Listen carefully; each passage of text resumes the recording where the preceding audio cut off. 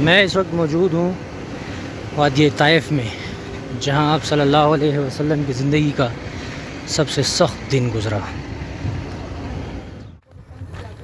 آپ صلی اللہ علیہ وسلم ایک مرتبہ حضرت عائشہ رضی اللہ تعالیٰ عنہ کے ساتھ موجود تھے، تو حضرت عائشہ نے آپ سے استفسار کیا کہ یا نبی، آپ کی زندگی میں احد کے علاوہ بھی کوئی ایسا دن تھا جو سخت گزرا ہو؟ تو آپ صلی اللہ علیہ وسلم نے ٹھنڈی آہ بھری اور بتایا کہ میں وادی طائف میں اپنے اوپر ہونے والے مظالم کبھی نہیں بھولوں گا۔ آپ صلی اللہ علیہ وسلم حضرت زید بن حارثہ کے ہمراہ یہاں تشریف لائے تھے جب 10 ہجری کو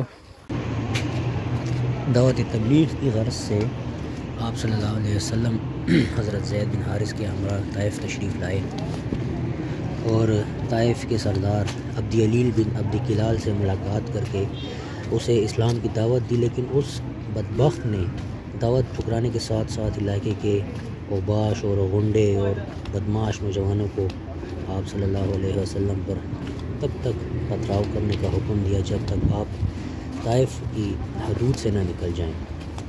ان بدبختوں نے آپ اور حضرت زید بن حارث کی پنڈلیوں پر پتھر مار مار کر آپ کو اتنا لہو لہان کر دیا کہ آپ کے لہو کی وجہ سے آپ کے نالین آپ کے پاؤں کے ساتھ چپک گئے۔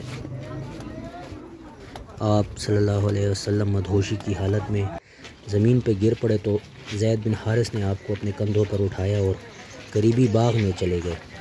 وہ باغ عتبہ بن ربیہ کا تھا جو کہ مخالف اسلام تھا، لیکن آپ صلی اللہ علیہ وسلم کی حالت دیکھ کر اسے رحم آیا اور اس نے اپنے نوکر عداس کو کہا کہ جاؤ محمد کو باغ کے انگور نچوڑ کر شربت پیش کرو اور انہیں کہو کہ اپنی حالت پر رحم کریں اور طائف سے چلے جائیں۔ عتبہ کے نوکر عداس نے اس باغ سے انگور توڑ کر لکڑی کے پیالے میں نچوڑے اور آپ صلی اللہ علیہ وسلم کو شربت پیش کیا، جس سے آپ کی توانائی تھوڑی بحال ہوئی۔ ابھی میں آپ کو باغ بھی دکھاتا ہوں جس کے انگور آپ صلی اللہ علیہ وسلم کو پیش کیے گئے تھے۔ یہ تھوڑے ہی فاصلے پہ ہے ابھی باغ، یہ ہے وہ باغ جس کے انگور آپ صلی اللہ علیہ وسلم کو پیش کیے گئے۔ آپ صلی اللہ علیہ وسلم نے اسی باغ میں آرام فرمایا۔ آپ کی توانائی بحال ہوئی تو آپ نے عداس جو کہ نصرانی تھا یعنی عیسائی تھا اس سے پوچھا کہ تم کون ہو؟ تو عداس نے کہا میں نئی نوا سے ہوں۔ نئی نوا عراق کا ایک چھوٹا سا علاقہ ہے۔ تو آپ صلی اللہ علیہ وسلم نے فرمایا اچھا تم میرے بھائی یونس کی قوم سے ہو؟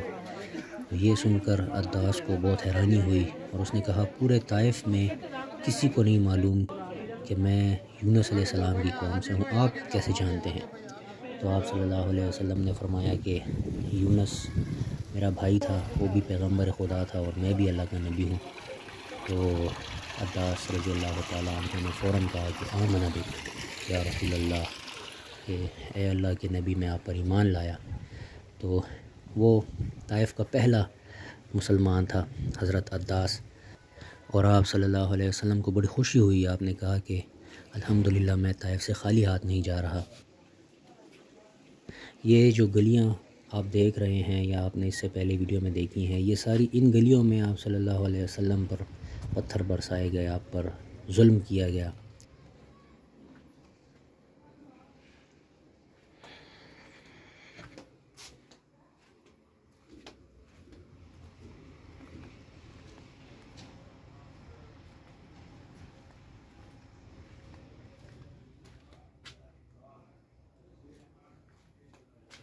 اس باغ سے تھوڑے ہی فاصلے پہ مسجد الکوہ ہے۔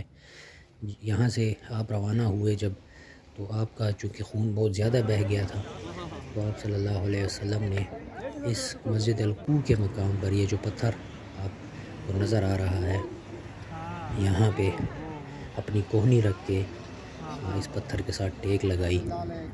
عربی میں کوہنی کو الکوہ کہا جاتا ہے، جس کی وجہ سے اس یہاں پہ مسجد بنا دی گئی اور اسے اب مسجد الکوہ کا نام دیا گیا ہے۔ یہ پتھر جو آپ دیکھ رہے ہیں یہاں پہ قدرتی طور پہ کہا جاتا ہے کہ خون کے نشان بھی ہیں، لیکن میں اس کی تصدیق نہیں کر سکتا، اللہ اعلم بالصواب، لیکن پتھر یہی ہے۔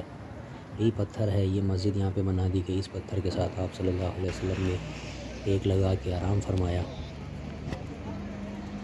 اسی جگہ پر بیٹھ کر آپ صلی اللہ علیہ وسلم نے دعا فرمائی کہ اے اللہ، یہ کن لوگوں میں تم نے مجھے بھیج دیا ہے جنہیں میری قدر ہی نہیں ہے۔ تو تھوڑی دیر بعد حضرت جبرائیل علیہ السلام ایک بادل کے ٹکڑے پر سوار ہو کر آپ کی خدمت میں حاضر ہوئے اور فرمایا کہ اے رسول اللہ، میں پہاڑوں کے فرشتے کو ساتھ لے کے آیا ہوں، اور آپ اگر ابھی حکم کریں تو ہم ان دو پہاڑوں کے درمیان اس پوری وادی کو کچل دیں اور ان اہل طائف کا نام و نشان مٹا دیں۔ لیکن آپ صلی اللہ علیہ وسلم نے فرمایا کہ نہیں، میں رحمت للعالمین بنا کر بھیجا گیا ہوں، میں ان کے حق میں بد دعا ہرگز نہیں کروں گا۔ اگر ان لوگوں کی نہیں تو آگے چل کے ان کی نسلوں میں سے مسلمان پیدا ہوں گے۔ اور حقیقت ہے، آج 1450 سال بعد جب میں طائف کی ان گلیوں میں، ان وادیوں میں پھر رہا ہوں تو مجھے کوئی مشرک، کوئی کافر دکھائی نہیں دیا۔ اگر کوئی دکھائی دیا ہے تو وہ صرف مسلمان ہے۔